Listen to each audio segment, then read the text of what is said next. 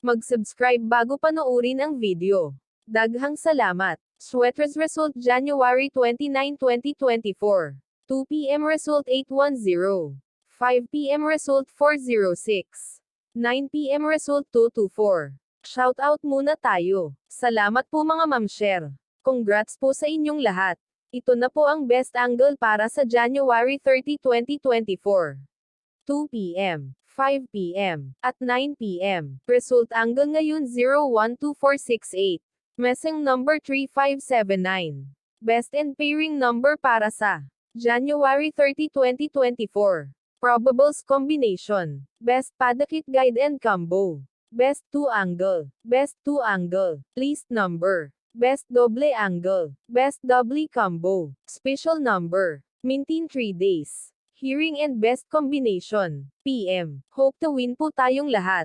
Congrats sa mga mananalo bukas. Sa mga hindi pa nananalo PM na po kayo. Good luck. Alamin ang iyong mga zodiac sign.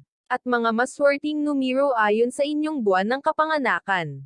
Aquarius Jan 22 Feb 11. You feel energy Z ngayong taon at mananatili ito hanggang ikalawang quarter. Kung magdadagdag ng effort, magiging secure ang financial position sa buong taon. Ngunit huwag magmadali sa mga desisyon dahil posibleng mauwi sa pagkalugi o pagkawala ng pera. Kung hindi magiging maganda ang pasok ng taon, magiging maayos din ito kinalaunan. Posibleng magkaroon ng promotion sa trabaho.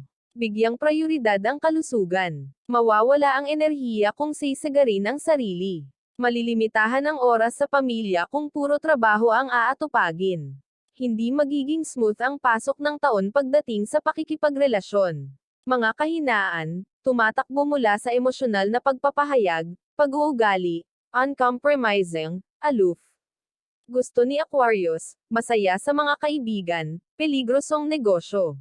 Pakikipaglaban para sa mga sanhi, pag-uusap sa intelektual. Hindi gusto ni Aquarius, mga limitasyon, sirang mga pangako, pagiging malungkot, mapurol o mayamo na mga sitwasyon.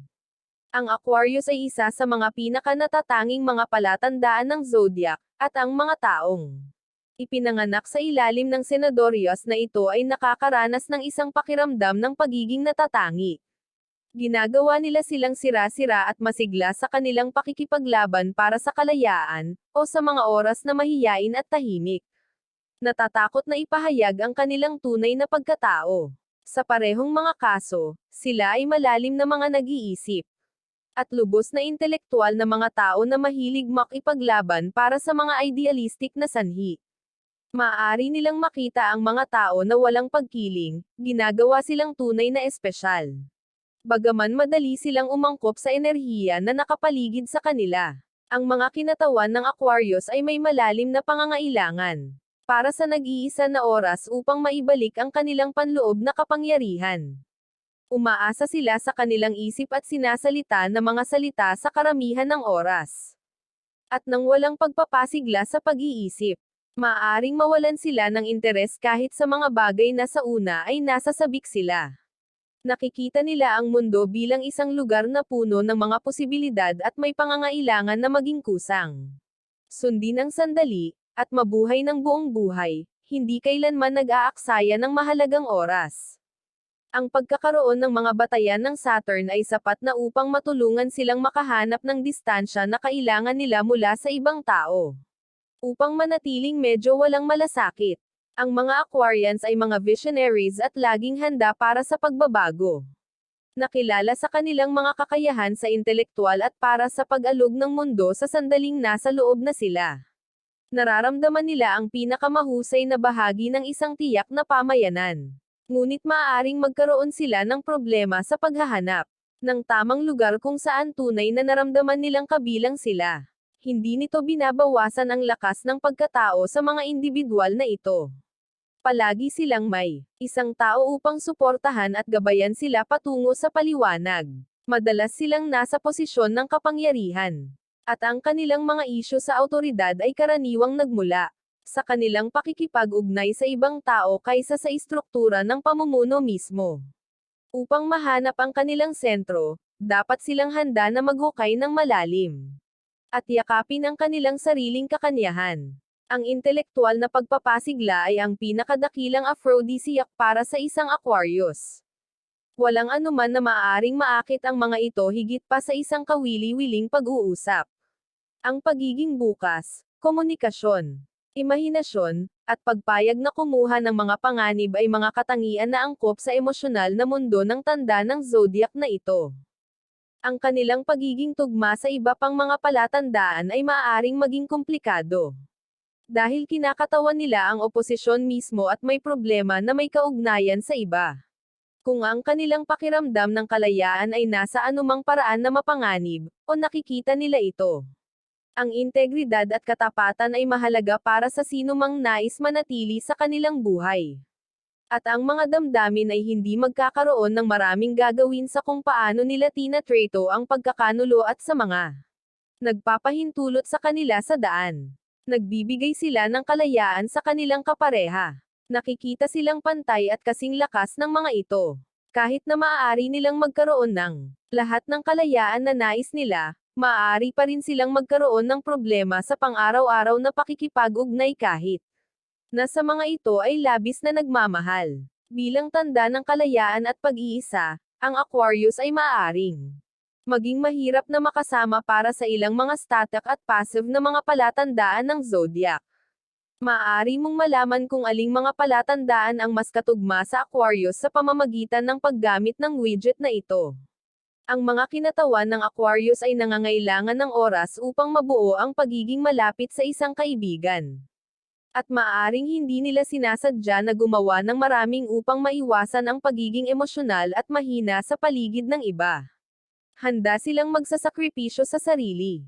Ngunit kung talagang kinakailangan, at sa oras na tumalon sila upang makatulong, ang isang tao na may problema ay maaaring mapagtanto na hindi na sila nangangailangan ng tulong upang magsimula.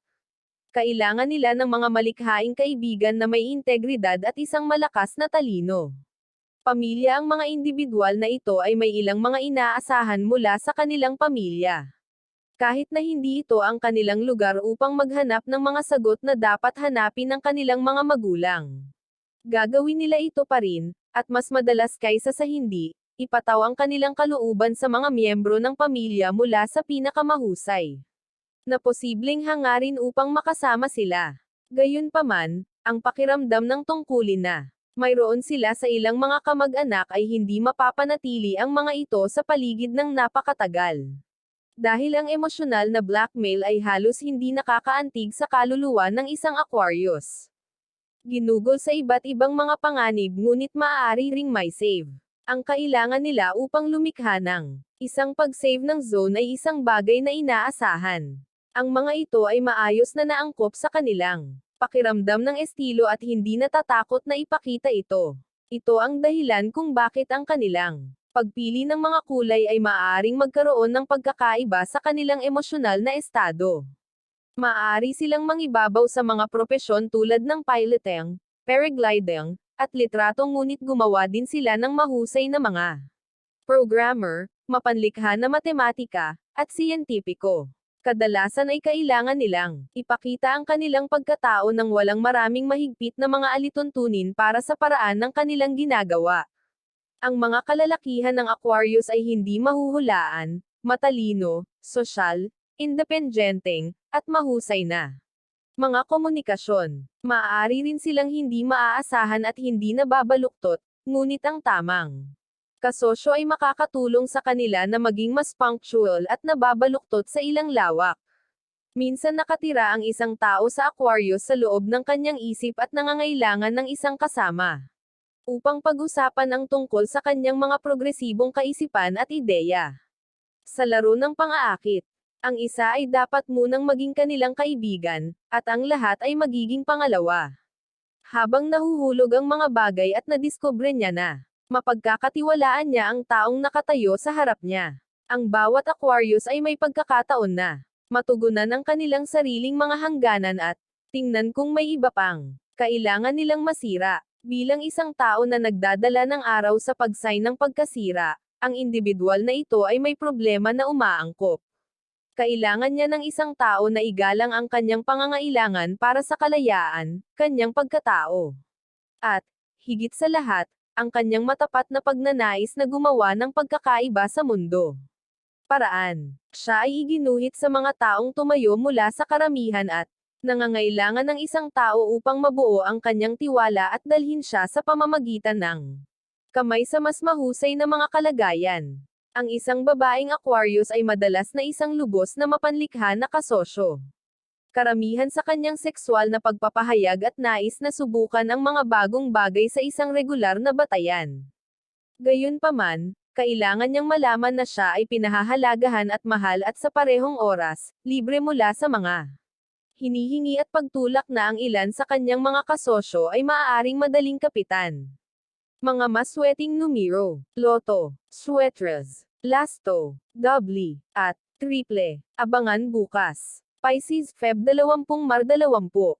Alamin ang iyong swerte ngayong 2024. Nandito na nga tayo sa exciting part.